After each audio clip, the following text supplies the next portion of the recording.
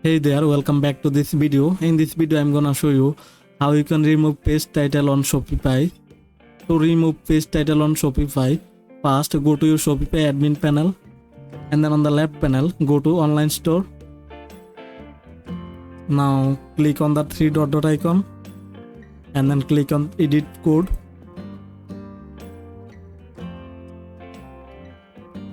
Now on the left panel, go to the asset.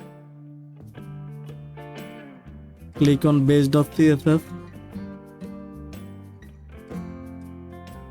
After that, scroll down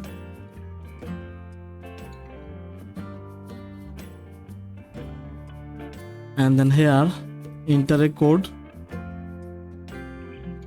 dot main page title display name and important. After that, save it. Just click on save. Now let's click on preview. Click on contact or any page.